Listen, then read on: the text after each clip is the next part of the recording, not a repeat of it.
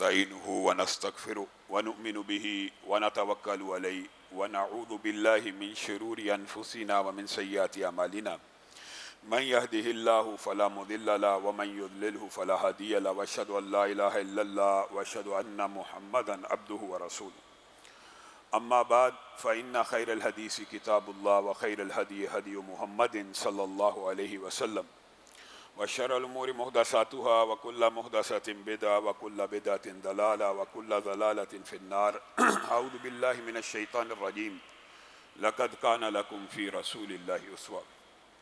تمام قسم کی تعریفات اور حمد و ثنا اللہ مالک الملک کے لیے ہیں جو تمام کائنات کے خالق مالک اور رازق ہیں، جو اپنے بندوں پر بے شمار انعامات کرنے والے ہیں، جو ہمیشہ سے ہیں اور ہمیشہ ہی رہیں گے، نہ جن کی ذات میں کوئی شریک ہے نہ جن کی صفات میں کوئی شریک ہے۔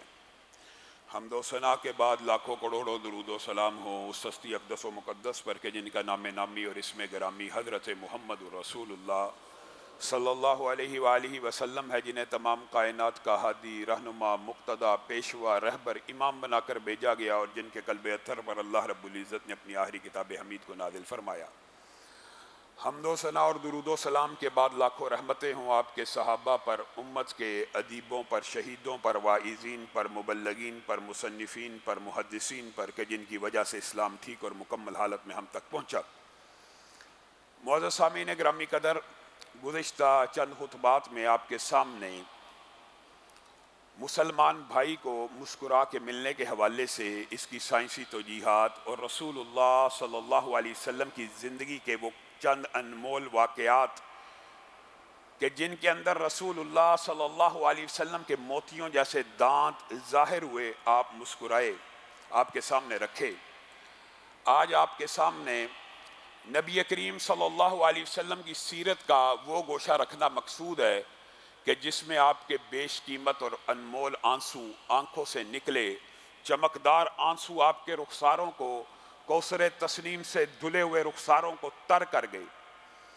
معزز سامعین گرامی قدر، قبل اس کے کہ ہم نبی کریم صلی اللہ علیہ وسلم کی زندگی کے ان واقعات کی طرف بڑھیں، ہم آپ کے سامنے یہ بات بھی رکھنا چاہتے ہیں کہ نبی کریم صلی اللہ علیہ وسلم اللہ رب العزت کے خوف سے آنسو بہایا کرتے تھے، اور اللہ رب العزت کو آنسو بہانا اپنے خوف میں یہ اتنا پسند ہے کہ اللہ رب العزت نے کلام حمید میں بے شمار جگہوں کے اوپر اس بات کا اظہار فرمایا کہ ہماری آیتوں کو سنتے ہیں اور آنکھوں سے آنسو نہیں بہتے۔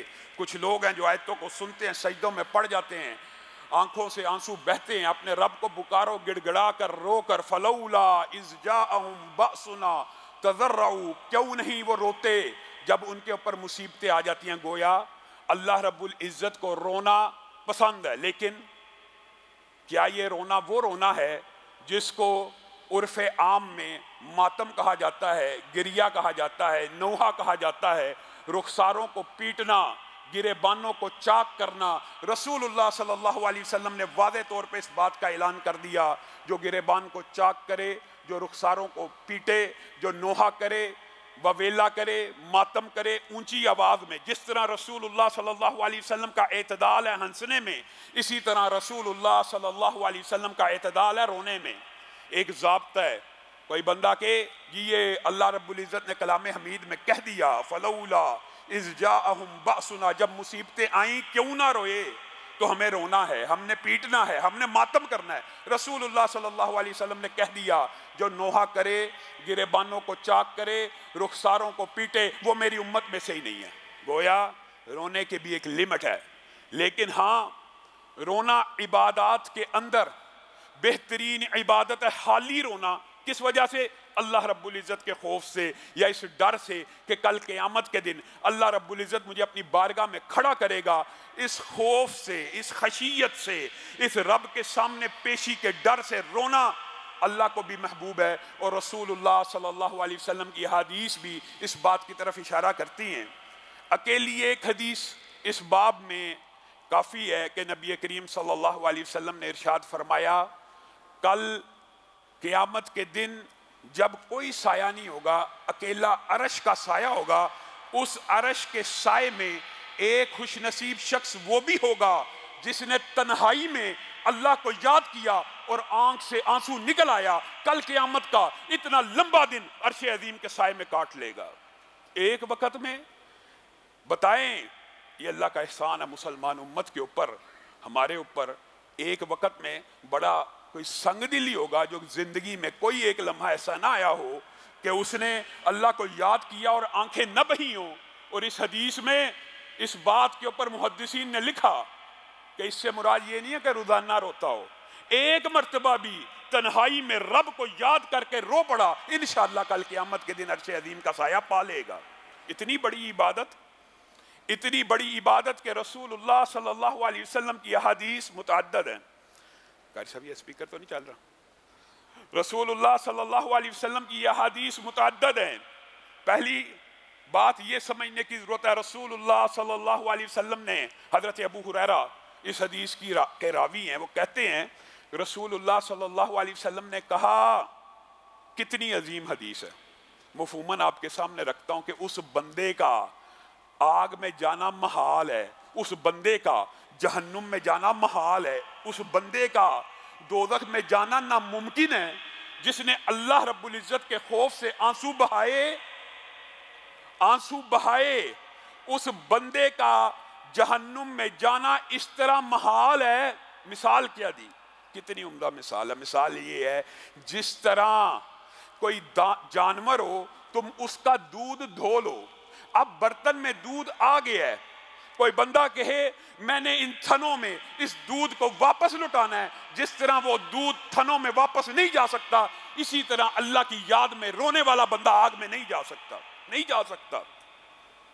اللہ کے فضل و کرم سے مسلمان امت کے لیے بہت بڑی خوشخبری ہے، شعبان معظم کا مہینہ شروع ہو چکا ہے۔ شعبان نیکیوں کے موسم بہار سے ایک مہینہ قبل آتا ہے۔ کس لیے آتا ہے؟ آپ کی اور میری ٹریننگ کے لیے، تربیت کے لیے۔ اس مہینے میں اگر آپ بیج بوئیں گے رونے کا، گڑ گڑانے کا، اخلاص کا، للہیت کا، تقوی کا، انفاق فی سبیل اللہ کا، جتنی عبادات آپ نے رمضان میں کرنی ہے اس کا ایک شیڈول بنائیں، اس شیڈول کو دیکھیں۔ میں نے رمضان میں اتنے قرآن ختم کرنے ہیں، میں نے اتنا پیسہ اللہ کی راہ میں دینا ہے، میں نے اتنے روزے رکھنے ہیں، میں نے اتنے ذکر اذکار کرنے ہیں۔ ہر بندہ اپنے حساب سے ایک پلاننگ کرتا ہے رمضان کی، لیکن اس کی پلاننگ دھری کی دھری رہ جاتی ہے۔ جب رمضان شروع ہو جاتا ہے اس کو پتہ ہی نہیں ہوتا میں نے کرنا کیا ہے، 5-10 دن اسی بات میں ضائع ہو جاتے ہیں۔ نہایت قیمتی دن آنے والے ہیں۔ رسول اللہ صلی اللہ علیہ وسلم شعبان ہی میں رمضان کی تیاری پوری کی پوری کر لیا کرتے تھے۔ امہات المومنین بیان کرتی ہیں رسول اللہ شعبان کے مہینے میں کمر کس لیا کرتے تھے، یعنی اپنے آپ کو عبادت کے لیے تیار کر لیا کرتے تھے۔ جیسے ایک بندے نے حج پہ جانا ہے، وہ ظاہر ہے کچھ عرصہ پہلے پلاننگ کرے گا، پیسے اکٹھے کرے گا، ٹکٹ خریدے گا، سفر کا سارا اخراجات کے معاملات طے کرے گا، سیٹ بک کروائے گا، ریزرویشن کروائے گا، وہاں ہوٹلوں میں جانے کے لیے پلاننگ پہلے سے کرے گا تو ہی حج کر سکے گا۔ اسی طرح جو بندہ چاہتا ہے کہ رمضان کے فیوض و برکات اس کو مل جائیں، وہ اسی مہینے سے وہ تیاری شروع کر لے۔ ذکر اذکار جتنے وہاں پہ جا کے کرنے ہیں ابھی سے اس کا دباچہ اور تمہید باندھے، ابھی سے وہ عبادات ان کا۔ رسول اللہ صلی اللہ علیہ وسلم نے، بات آئی ہے ضمنی طور پہ تو کہہ دیتا ہوں، کہہ دیا آسمان سے ہر روز 2 فرشتے اترتے ہیں، ہر روز۔ یہ شعبان کے ساتھ خاص نہیں ہے، یہ رمضان کے ساتھ خاص نہیں ہے۔ میں اور آپ، ٹھیک ہے رمضان میں کیے جانے والی عبادات کا درجہ اور رتبہ بلند ہے، لیکن ہم یہ سمجھتے ہیں انفاق ہم نے صرف رمضان میں کرنا ہے، قرآن صرف رمضان میں پڑھنا ہے، ذکر صرف رمضان میں کرنا ہے، تہجد کی عبادت صرف رمضان میں کرنی ہے۔ رسول اللہ صلی اللہ علیہ وسلم تو کہتے ہیں آسمان سے ہر روز 2 فرشتے نازل ہوتے ہیں۔ ایک کہتا ہے خرچ کرنے والے کے ہاتھ کو اللہ فراخ کر دے، مفہوم بیان کر رہا ہوں، خرچ کرنے والے کے اوپر اللہ خرچ کر، اس کا خرچ کھول دے، اور مال روکنے والے کا مال اللہ تلف کر، اس کا مال روک لے۔ یہ اتنا بڑا کلیہ ہے، محدثین نے، مفسرین نے اس بات کو بیان کر دیا ہے، امت کے اوپر احسان آسان بھی کر دیا اور احسان بھی کر دیا۔ کیا؟ یاد رکھیے کسی بھی مذہب کا ہو، کسی بھی مذہب کا، میں مسلمانوں کی بات نہیں کرتا، کسی بھی مذہب کا ہو، خرچ کرنے والا ہو، فرشتے کی اس دعا میں آ جاتا ہے کہ خرچ کرنے والے کو اللہ تعالیٰ اور دے، یہ خرچ میں اضافہ کرے۔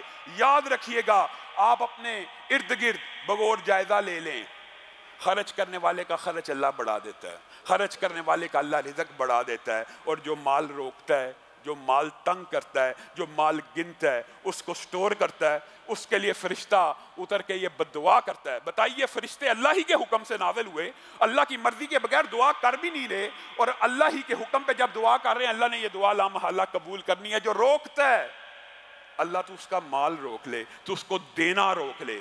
گویا یہ ٹریننگ اور تربیت روزانہ کی بنیاد پہ ہونی چاہیے کہ اللہ کی بارگاہ میں کچھ نہ کچھ خرچ۔ اسی طرح صرف رمضان ہی کے حوالے سے تیاری نہیں کرنی، صرف رمضان کے اندر ہی عبادت نہیں کرنی ہے، اس کا دباچہ اور تمہید جو بندہ شعبان میں باندھتا ہے، اللہ کے فضل و کرم سے پورے کا پورا مہینہ اس کے فیوض و برکات سے وہ بندہ مستفید ہو جاتا ہے۔ نبی کریم صلی اللہ علیہ وسلم یہ اکیلی عبادت، اس بارے میں رسول اللہ صلی اللہ علیہ وسلم کا فرمان ہے، جو بندہ اتنا روئے، کتنا روئے، آنکھ سے آنسو نکلے، چہرے پر پڑے، چہرے پہ پڑ کے زمین پہ گر جائے اور زمین کے اندر جذب ہو جائے۔ نبی کریم صلی اللہ علیہ وسلم کی صحیح احادیث اس بات کے اوپر دلالت کرتی ہیں کہ کوئی بندہ اتنا روتا ہے کہ آنکھ سے آنسو نکلا، زمین پہ گر گیا، زمین نے جذب کر لیا، اس بندے کے اوپر قیامت کے دن جہنم کی آگ کو حرام کر دیا گیا۔ یہ کتنی بڑی خوشخبری ہے۔ کون ہے اتنا ظالم، کون ہے اتنا شقی القلب جو اتنا ایک دفعہ نہیں رو سکتا کہ زمین کے اوپر آنسو گر جائیں؟ اور یقین مانیے زمین کا کلیجہ 40 دن کی بارش سے اتنا ٹھنڈا نہیں ہوتا جتنا بندہ مسلم کا خوف خدا سے نکلا ہوا ایک آنسو زمین پہ گرتا ہے۔ زمین کا کلیجہ جتنا ٹھنڈا تب ہوتا ہے، 40 دن کی بارش سے بھی نہیں ہوتا۔ آپ نے وہ حدیث نہیں سنی کہ رسول اللہ صلی اللہ علیہ وسلم نے آگاہ کر دیا کل پل صراط کے اوپر بعض لوگ ایسے گزریں گے کہ جہنم کی آگ بجھنا شروع ہو جائے گی، وہ آگ جس کی لپٹیں ہر بندے کو پکڑنے کی کوشش کریں گی۔ بعض ایسے خوش نصیب ہوں گے، بعض ایسے خوش نصیب ہوں گے جب پل صراط کے اوپر سے گزرے ہوں گے، جہنم کی آگ بجھنا شروع ہو جائے گی، جہنم پکار اٹھے گی، بول اٹھے گی، نکلو، تیزی سے چلو، آگے بڑھو، تمہارے آنسوؤں نے میری آگ کو ٹھنڈا کر دیا۔ وہ آنسو دنیا میں جو گرائے ہوں گے وہ قیامت کے دن پل صراط کے اوپر بھی بندہ گزر رہا ہوگا تو آنسو اس کے زمین پہ گرائے ہوئے اس آگ کو بھی ٹھنڈا کر رہے ہوں گے۔ تو یہ بندہ آگ میں کیسے جائے گا؟ یہ بندہ جہنم میں کیسے جائے گا؟ ہاں، لیکن رسول اللہ صلی اللہ علیہ وسلم کو بھی پتہ ہے اور اللہ رب العزت کو بھی پتہ ہے امت کے اندر بعض بندے ایسے ہوں گے جو اتنا نہیں رو سکتے کہ زمین کے اوپر آنسو گرے، وہ کیا کرے؟ نبی کریم صلی اللہ علیہ وسلم نے فرمایا جس بندے کی آنکھ سے آنسو نکل آئے اور چہرے پہ پڑ جائے، صرف چہرے پہ پڑنے کی الفاظ ہے یہاں پہ، صرف آنکھوں سے آنسو نکلے، آنکھیں بہہ پڑیں، یہاں پہ زمین کے الفاظ موجود نہیں ہیں، اس کے اوپر بھی قیامت کے دن اللہ رب العزت نے جہنم کی آگ کو حرام کر دیا۔ اسی پر بس ہے، سنن ابن ماجہ کی حدیث ہے، بعض شقی القلب ایسے ہو سکتے ہیں جن کو رونا نہیں آتا، جو بہت کوشش بھی کریں آنکھوں سے آنسو نہ آئیں، وہ کیا کریں؟ سنن ابن ماجہ میں اس روایت کی بعض سندوں کے اوپر، بعض راویوں کے اوپر ائمہ کی جرح موجود ہے، لیکن مفہوماً یہ باتیں دیگر احادیث کی وجہ سے اس روایت کو بھی مضبوط کرتی ہیں، اور جنرلی عمومی طور پہ رونے کی عبادت کے حوالے سے جتنی احادیث ہیں وہ اس کے مفہوم کو درست ثابت کرتی ہیں کہ جو بندہ اتنا روئے، صرف آنکھ کے اندر، آپ نے دیکھا ہوگا کئی مرتبہ پانی آنکھ کے اندر رہ جاتا ہے، باہر نہیں نکلتا، آنکھ کے اندر ہی پانی ہے، انسان اتنا تو نہیں رویا کہ آنکھ سے باہر آ گیا، لیکن آنکھ کے اندر پانی تھا، رب کے خوف کی وجہ سے آنسو کچھ قطرے بنے، چاہے آنکھ سے نہیں نکلے، نبی کریم صلی اللہ علیہ وسلم نے فرمایا مکھی کے سر کے برابر بھی آنکھ کے اندر آنسو آ گیا جہنم کی آگ سے محفوظ ہو جائے گا۔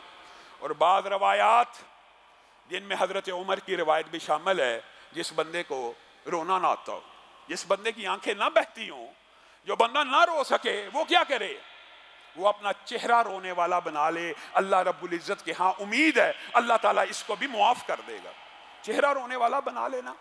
اور حضرت عمر نے کہا تھا، اور رسول اللہ صلی اللہ علیہ وسلم کے آنسوؤں میں یہ واقعہ معروف ہے، بدر کے موقع کے اوپر آپ کو پتہ ہے رسول اللہ صلی اللہ علیہ وسلم نرم مزاج تھے، آپ نے حضرت ابو بکر سے مشورہ کیا کہ کیا کہتے ہیں آپ کہ ان قیدیوں کا کیا کیا جائے. حضرت ابو بکر نے بھی کہا اللہ کے رسول ان کو آزاد کر دیا جائے, فدیہ لیا جائے, اسلام مضبوط ہوگا, کوئی تعلیم کا کام لے لیا جائے, کوئی تعمیر کا کام لے لیا جائے, کوئی ایسا تعمیری کام ان سے لے لیتے ہیں اور ان کو آزاد کر دیتے ہیں. حضرت عمر سے رسول اللہ صلی اللہ علیہ وسلم نے پوچھ لیا آپ کی کیا رائے ہے. حضرت عمر نے کہا میری رائے یہ ہے, اللہ کے رسول حکم تو آپ کا چلنا ہے, لیکن میری رائے یہ ہے جس کا جو رشتہ دار گرفتار ہوا ہے اس کے حوالے کیا جائے, وہ اس کی گردن کو اس کے تن سے جدا کر دے, زمین کے اوپر سے شرک ختم ہو جائے. رسول اللہ صلی اللہ علیہ وسلم نے حضرت ابو بکر کی رائے کو منظور کیا, حضرت عمر کی رائے کو منظور نہ کیا. حضرت عمر چلے گئے, آسمان سے قرآن نازل ہونا شروع ہوا. جب آئے واپس کیا دیکھا, رسول اللہ صلی اللہ علیہ وسلم کے انمول آنسو آپ کے چہرے پر اس طرح بہہ رہے ہیں, جھڑی لگی ہوئی ہے. حضرت ابو بکر بھی رو رہے ہیں. حضرت عمر پریشان ہو گئے, اے اللہ کے رسول کیوں روتے ہیں, ابو بکر کیوں روتے ہیں, مجھے بتائیے رونے کا کیا معاملہ ہے. یہاں سے یہ بات ثابت ہوتی ہے, اگر نہیں بھی بتاتے مجھے کچھ خبر کیجئے, اگر مجھے اس بات پہ رونا نہ آیا میں بھی آپ کے ساتھ اپنا چہرہ رونے والا بنا لوں گا. رسول اللہ صلی اللہ علیہ وسلم نے اس بات کے اوپر گرفت نہ کی, گویا رضامندی کا اظہار کیا کہ عبادات کے اندر صرف رونے والا چہرہ بنانا بھی اللہ رب العزت کو مقبول اور منظور ہے. اور پھر رسول اللہ صلی اللہ علیہ وسلم نے حضرت عمر کی شان بھی بیان کی اور کہا عمر تیرے مشورے کو اللہ رب العزت نے بڑا پسند کیا ہے اور اللہ تعالیٰ نے آسمان سے آیتیں نازل کی ہیں. اگر میں نے یہ فدیہ لینا اور مال غنیمت لینا جائز نہ رکھا ہوتا تو عذاب تم لوگوں کے اوپر آ جاتا. عمر کی رائے کی موافقت کے اوپر اللہ رب العزت نے بے شمار مقامات کے اوپر حضرت عمر کو رائے دیتے, اللہ تعالیٰ قرآن بنا کے نازل کر دیتا. اور رسول اللہ صلی اللہ علیہ وسلم نے یہ بات بھی بیان کر دی ہے, 2 آنکھیں, یہ بات آئی ہے تو یہ بات بھی یاد رکھ لیجئے, 2 آنکھوں کے اوپر جہنم کی آگ حرام ہے. ایک وہ آنکھ جو سرحدوں پہ پہرا دیتی ہو, جو مسلمان سرحدوں کی پہرے دار ہو. ایک وہ آنکھ جو اللہ کی بارگاہ میں روئی ہو. اور اس کے ساتھ ساتھ یہ بھی کہہ دیا 2 قطرے اللہ رب العزت کو بڑے محبوب ہیں. ایک خون کا وہ قطرہ جو میدان جہاد میں مسلمان کے جسم سے نکل کے زمین پہ گرا ہو, اور دوسرا آنسو کا وہ قطرہ جو خوف خدا سے زمین پہ گرا ہو. اور بہترین زخم وہ ہیں جو اللہ کی بارگاہ میں لگے. ہمارے فجر کے مؤذن ادریس بھائی فجر کی نماز میں آتے ہوئے ایکسیڈنٹ ہوا, ٹانگ ٹوٹ گئی, اللہ تعالیٰ ان کو شفائے کاملہ عاجلہ دے. بتائیں سب سے بہترین زخم اللہ کی بارگاہ میں وہ ہے جو اللہ کے فرائض کی ادائیگی میں بندے کو لگے. اس زخم کی اللہ کے ہاں قدر و قیمت ہے, قدر و منزلت ہے, تو ان آنسوؤں کی بھی اللہ رب العزت کے ہاں قدر و منزلت ہے, جس کے لیے آپ نے اپنے آپ کو رمضان سے پہلے تیار کرنا ہے.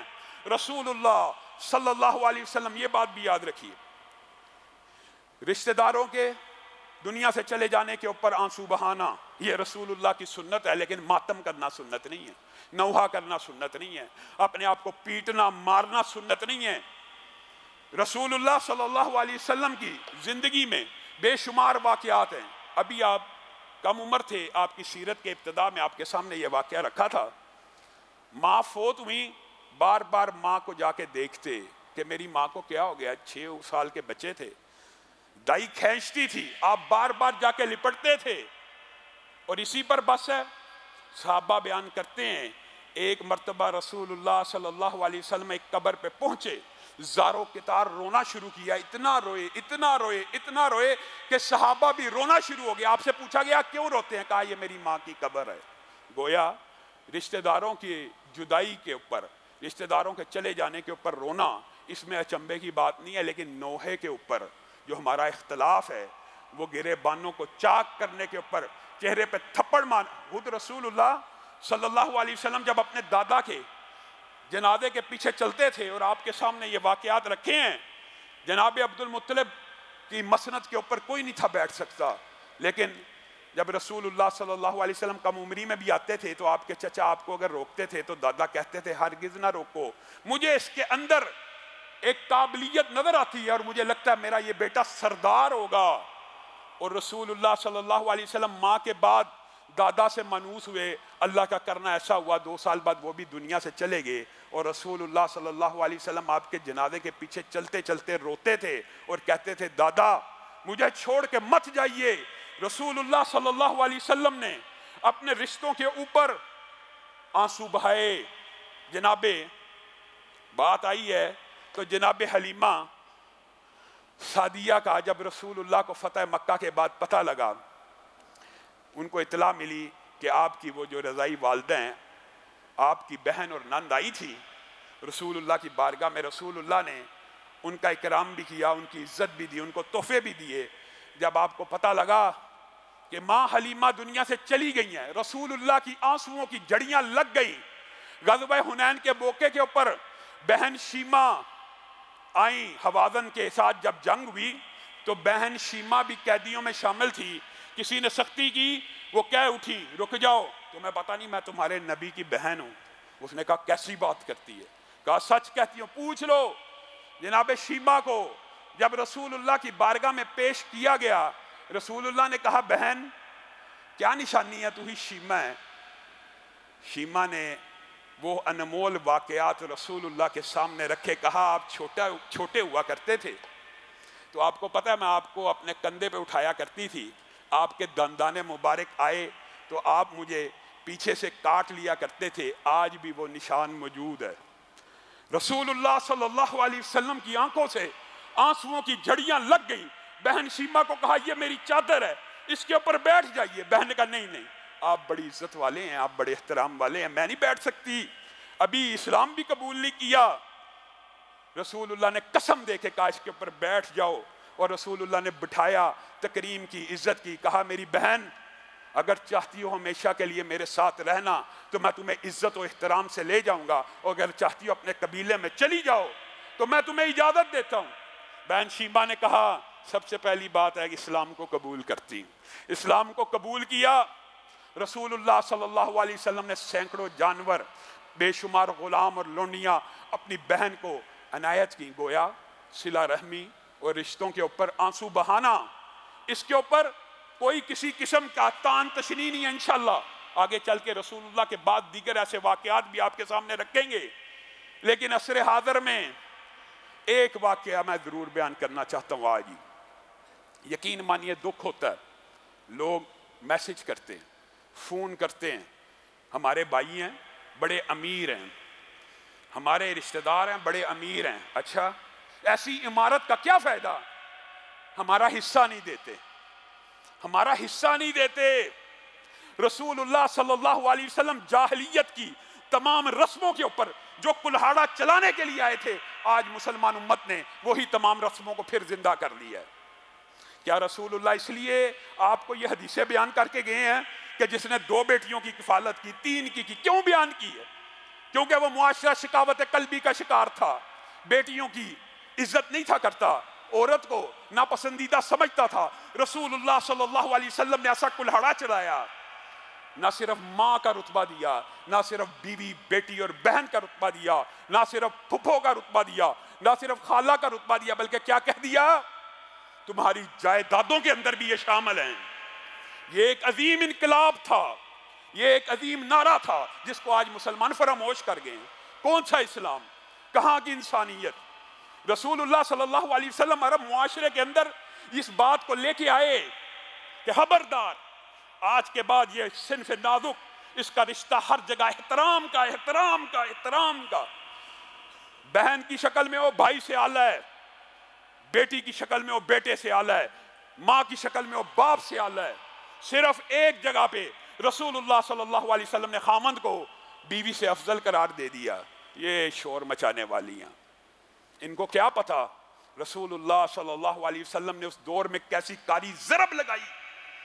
یہی نہیں کہا صرف احترام کا رشتہ، بتائیے اس سے بڑا کیا حق ہو سکتا ہے؟ آج کے بعد یہ باپ کی جائیداد اور باپ کی ہوئی کمائی میں بھی حصے دار ہیں، اس سے بڑا کون سا حق آپ کو چاہیے؟ لیکن آج ہم یہ ساری باتیں بھول چکے ہیں۔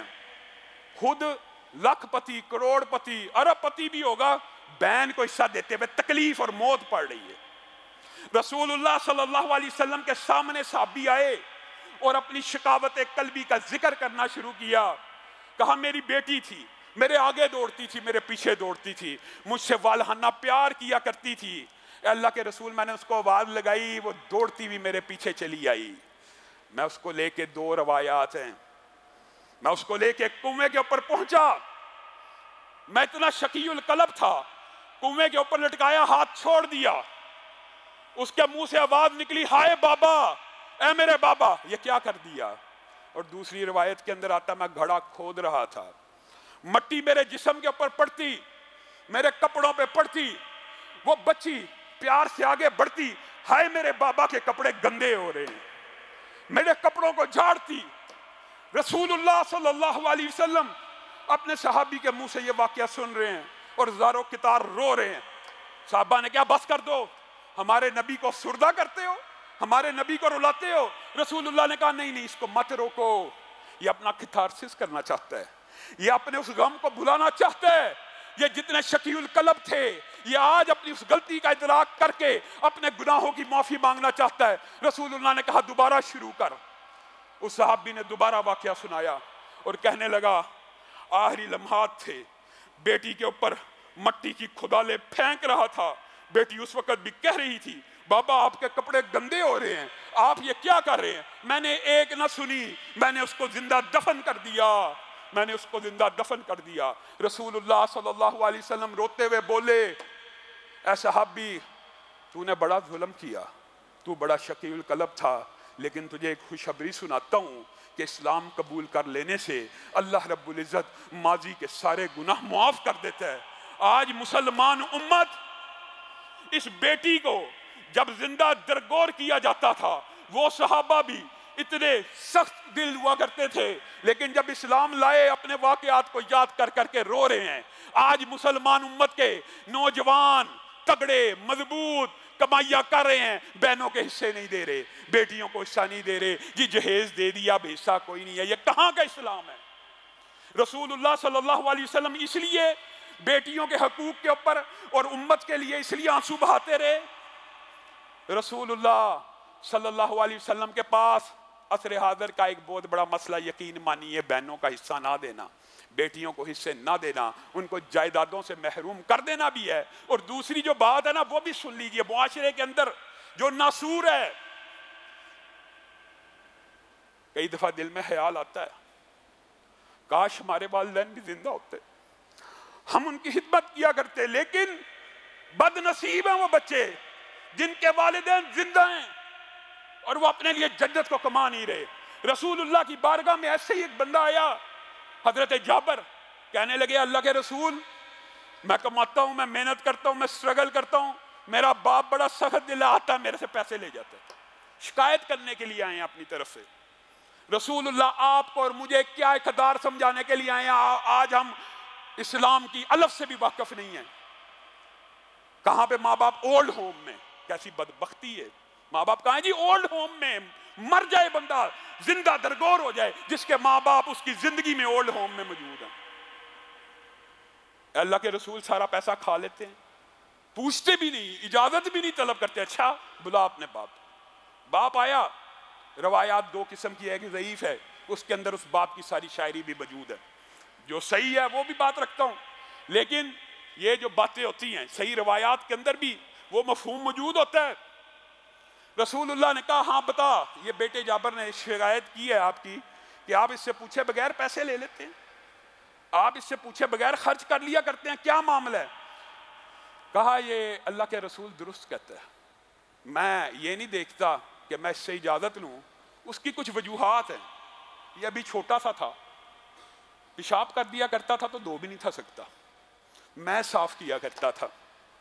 کمزور تھا، میں منہ میں نوالا ڈالا کرتا تھا. جس وقت اپنے ہاتھ سے کھانا نہیں تھا کھا سکتا، مفہوم آپ کے سامنے رکھ رہا ہوں، اس ٹائم اس کے منہ میں نوالے ڈالا کرتا تھا. اس وقت یہ کمزور تھا، اس وقت یہ ضعیف تھا، اس وقت یہ ناتواں تھا. اس کو کندھوں پہ اٹھاتا تھا، اس کو اپنے جسم پہ بٹھاتا تھا، اس کو اپنے ساتھ چلاتا تھا، ساتھ لے کے چلتا تھا. یہ کمزور تھا، اس کی ہڈیاں کمزور تھیں، پھر اس کی ہڈیاں پختہ ہونا شروع ہو گئی، یہ طاقتور ہو گیا، یہ بڑا ہونا شروع ہو گیا، اور میں کمزور ہونا شروع ہو گیا، میں ضعیف ہونا شروع ہو گیا. وقت ہے کہ چاہیے تو اس کو یہ میرے ان احسانات کے بدلے میں میرے منہ میں نوالا ڈالے، میری طہارت کا خیال کرے۔ مفہوم آپ کے سامنے رکھ رہا ہوں، یعنی کہنے کا مطلب یہ ہے، لیکن یہ تو کہتا ہے کہ پیسے بھی نہیں لینے، اپنی ضروریات کا بھی یہ چاہتا ہے کہ میں اس سے پوچھوں کہ بیٹا تیرے یہ پیسے آئے ہیں، میں یہ پیسے اس کام میں لگا لوں، اگر یہ اجازت دے تو میں کروں ورنہ نہ کروں۔ رسول اللہ صلی اللہ علیہ وسلم یہ باتیں سن کے آپ کی آنکھوں میں آنسو ہیں، اور آپ بیٹے جابر کو کہہ رہے ہیں سن لے، میں محمد صلی اللہ علیہ وسلم کا فیصلہ آج کے بعد سن لے، تیرا سارے کا سارا مال تیرے باپ کا ہے، تیرے سارے کا سارا مال تیرے باپ کا ہے، اور تیرا سارے کا سارا مال تیرے باپ کا ہے۔ بات ختم۔ کہاں پہ ہے مسلمان امت؟ بد نصیب ہے وہ انسان، صحیح حدیث کے الفاظ ہیں، جس نے اپنے ماں باپ میں سے کسی ایک کو پایا اور اپنے آپ کو جہنم سے آزاد نہ کروایا، وہ بد نصیب ہے۔ اللہ رب العزت ہمیں ان بد نصیبیوں سے محفوظ فرمائے، جو کہا گیا جو سنا گیا اس کو سمجھنے کی توفیق عنایت فرمائے۔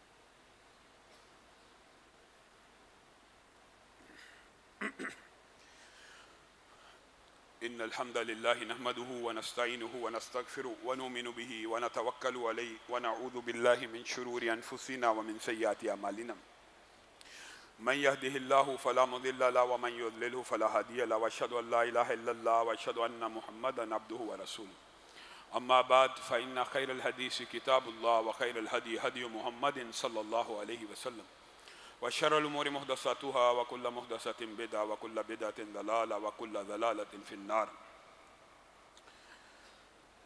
معزز سامعین گرامی قدر، گزشتہ ہفتے آپ کے سامنے ایک یونیورسٹی کے اندر ایک لڑکے اور لڑکی نے اخلاق باختہ ایک حرکت کی، جس کی وجہ سے سوشل میڈیا کے اوپر اور سارے مین سٹریم میڈیا کے اوپر ایک نیا ایشو سامنے آیا۔ افسوس اور دکھ کی بات یہ ہے کہ فواد چودھری صاحب جو لبرلزم اور سیکولرزم کے اس وقت باضابطہ نمائندہ ہیں، کسی پارٹی کے نمائندے سے بڑھ کر بے دینیت اور لا دینیت کے اس ٹائم نمائندہ ہیں، جس طرح ان کی چاند ایپ کے اوپر چاند طلوع ہونے سے پہلے نظر آ جاتا ہے، اسی طرح انہوں نے شاید کوئی پرپوزل ایپ بنائی ہے جس کے اندر نکاح سے پہلے ہی عورت اور مرد آپس میں بغل گیر ہو سکتے ہیں۔ پوری ٹویٹیں کر رہا ہے کہ انہوں نے کیا جرم کیا جی، سب کے سامنے سینکڑوں نہیں ہزاروں نہیں لاکھوں لوگوں کے سامنے بغل گیر ہو گئے۔ کیوں؟ کیمرے کی آنکھ دیکھ رہی ہے، لاکھوں لوگوں دیکھ چکے ہیں، آپ نے بھی دیکھا ہوگا۔ اس کے نزدیک نگاہ سے پہلے گلے لگنا اور بغل گیر ہونا، آپس میں ایک دوسرے کے ساتھ چمٹ جانا نکاح سے قبل ان کے نزدیک جائز ہے۔ یہ افسوس کی بات ہے، یہ دکھ کی بات ہے۔ فواد چودھری صاحب کو عقل کرنی چاہیے۔ پہلے عورت مارچ کے حوالے سے ان کا کردار کتنا منفی ہے، یہ تو اللہ کا شکر ہے، اللہ کا شکر ہے، اللہ کا شکر ہے کہ ہم نے آواز اٹھائی، صرف ہم نے نہیں اٹھائی، پورے پاکستان کی دینی جماعتوں نے، درد دل رکھنے والوں نے آواز اٹھائی، وفاقی وزیر نے نوٹس لیا، تحقیقات کا آرڈر ہوا، اس کے بعد مولانا اسد محمود نے قومی اسمبلی کے اندر جو مذہبی کمیٹی ہے اس کے اندر سے یہ آرڈر جاری کیا کہ لا منسٹر اور قانون نافذ کرنے والے ادارے پروب کریں۔ اس کے علاوہ الحمدللہ ہمارے وکلاء کی ٹیم ہے، انہوں نے بھی تھانے میں درخواستیں دی ہوئی ہیں، ہائی کورٹ کے اندر درخواستیں ہیں، اور صرف ہم نے نہیں، اللہ کے فضل و کرم سے ملک کے طول و عرض میں سینکڑوں درد دل رکھنے والے دینی حمیت والے وکلاء نے ان کے خلاف درخواستیں دی ہیں کہ یہ جو زومانی نعرہ ہے، یہ جو ٹرانسجنڈر اور گیز اینڈ لیزبین کے جھنڈے اس مارچ میں لہرائے گئے، یہ کس وجہ سے لہرائے گئے؟ یا تو وہ بچی سامنے لائی جائے جس کے ساتھ 9 سال کی عمر میں ریپ ہوا، اس مولوی کے خلاف ہم آپ کے ساتھ مل کے کیس بھی کرتے ہیں، اس کو پھانسی پہ بھی لٹکواتے ہیں، اور اگر ایسا نہیں ہوا تو یہ زومانی نعرہ کس کے خلاف ہردہ سرائی ہے؟ یہ الحمدللہ پٹیشنیں جاری ہیں۔ اگرچہ یہ بات بھی میں کہنا چاہتا ہوں، انتظامیہ کا رویہ بڑا منفی ہے، نیگیٹو ہے۔ الیس منکم رجل رشید، الیس منکم رجل رشید، ایک بندہ ایسا نہیں ہے جو آگے بڑھ کر ڈرے ہوئے ہیں۔ اب آپ کو کیا باتیں بتائیں اندر کی؟ ہر بندہ یہ کہتا ہے کہ پہلے فلاں سے کٹوا لیں پھر ہم کاٹ دیں۔ کوئی بندہ اسلام کے لیے پرچہ کاٹنے کے لیے ابتدا میں تیار نہیں ہوتا۔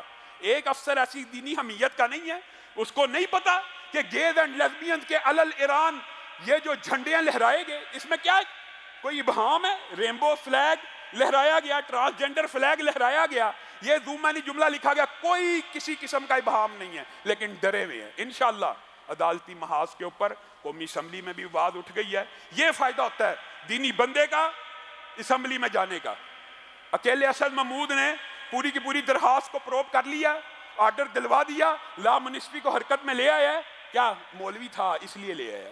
آپ اور میں نہیں، ہر وقت سیاستدانوں کے پیچھے، ان کو اسمبلی میں پہنچانا ہے، مولویوں کو نہیں پہنچانا، دینداروں کو نہ پہنچانا۔ اور دکھ اور افسوس کی بات یہ ہے، وسیم رضوی اگرچہ پاکستان کا واقعہ نہیں ہے، لیکن اس کی اس حرکت نے بہت سے چہرے بے نقاب کر دیے۔ اب کہتے ہوئے بھی شرم آ رہی ہے، کیا کہ بندہ ایک مسلمان نے جی ہندوستان کی سپریم کورٹ کے اندر مقدمہ دائر کروایا، کس کے خلاف؟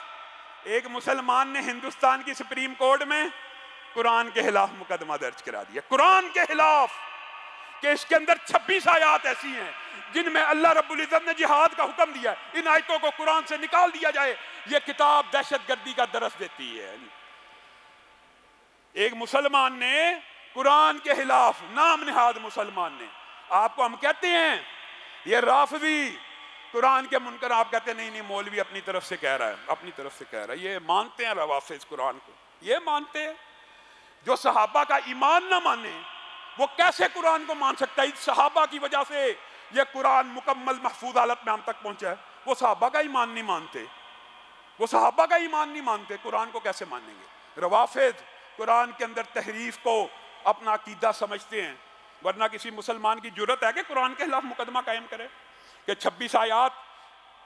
اور اگر بات آئی ہے، میں اگر سوختہ سامہ ہوں تو یہ روز سیاہ خود دکھایا ہے میرے گھر کے چراغاں نے مجھے۔ مفتی منیب صاحب کا احترام اہل سنت میں اس لیے بڑا کہ انہوں نے دفاع صحابہ کی جنگ میں اہل سنت کے ہراول دستے کا کردار ادا کیا، لیکن پتہ نہیں کیا ہوا۔ ہم تو پھر بھی عزت اور ادب کے دائرے میں بات کریں گے، لیکن اگر ہادم رضوی آج زندہ ہوتے تو آپ کو کہہ دیتے مالکانوئی پہ گئے ہو۔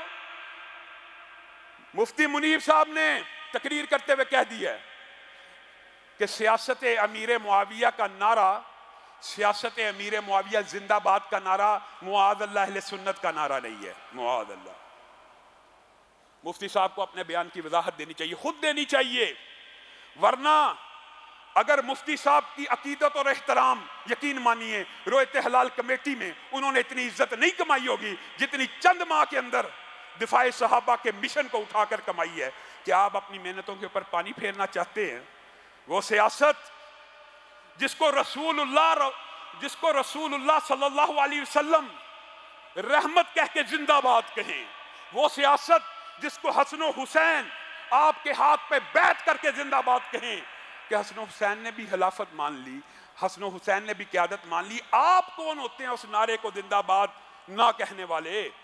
رسول اللہ صلی اللہ علیہ وسلم نے حضرت امیر معاویہ کی سیاست کو رحمت کہا ہے، صحیح حدیث سے ثابت ہے. آپ کی بادشاہت کو رحمت والی بادشاہت کہا ہے. یعنی سیاست امیر معاویہ زندہ باد تو رسول اللہ، صحابہ اور ہمارے شہزادوں کا نعرہ ہے. اگر انہوں نے بیعت کر لی، انہوں نے آپ کی سیاست تسلیم کر لی، انہوں نے آپ کی حکومت تسلیم کر لی، انہوں نے آپ کی سیادت تسلیم کر لی، تو آپ کے تسلیم نہ کرنے سے کوئی فرق نہیں پڑے گا. ایک بات کہہ کے میں اپنی بات کو ختم کروں گا. میرے بھائیوں ذرا غور کرنا. ایک بندہ کہ میں اہل سنت ہوں اور کہے حضرت امیر معاویہ رضی اللہ، یہ بھی کہے. اب کوئی بندہ کسی صحابی کو رضی اللہ کہہ کے اس کے اوپر تنقید کرے، ایک طرف رضی اللہ کہہ رہا ہے اور ایک طرف تنقید شروع کر رہا ہے، تو اس کی عقل پہ ماتم نہیں تو کیا ہے؟ اس سے بڑی منافقت کی معراج کیا ہو سکتی ہے کہ بندہ کہے صحابی کو رضی اللہ اور ساتھ تنقید شروع کر دے. اس کا مطلب یہ ہے کہ اللہ تو جس بندے سے راضی ہو گیا اور جس بندے کو جنت میں ڈالنے کا اعلان کر دیا، تو منافق ایسا ہے منہ سے اللہ کے وہ الفاظ بھی کہہ رہا ہے کہ رضی اللہ اور ساتھ اس کے اوپر تنقید بھی کر رہا ہے، گویا اللہ تو اس سے راضی ہے، میں نہیں راضی. یہ کہاں کا فلسفہ ہے؟ یعنی رضی دکھ ہوتا ہے نا. یہ جو مرزا جیلمی اور اس قبیل کے جتنے لوگ ہیں، یہ صحابہ کے ساتھ چال چلتے ہوئے رضی اللہ بھی بول دیتے ہیں کہ لوگوں کو پتہ نہ لگے. رضی اللہ جب بول دیا تو اگلی بکواس بند، شٹ اپ. جب رضی اللہ کہہ دیا بات ختم، اللہ ان سے راضی ہو گیا، پھر آگے تنقید شروع کرتے ہو، گویا رب تو راضی ہے، میں نہیں راضی. یہ کہاں کا فلسفہ ہے؟ اللہ رب العزت جو کہا گیا، جو سنا گیا، اس کو سمجھنے کی توفیق عنایت فرمائے. سبحان ربک رب العزت عما یصفون وسلام علی المرسلین والحمد للہ رب العالمین. ایک دو اعلانات ہیں.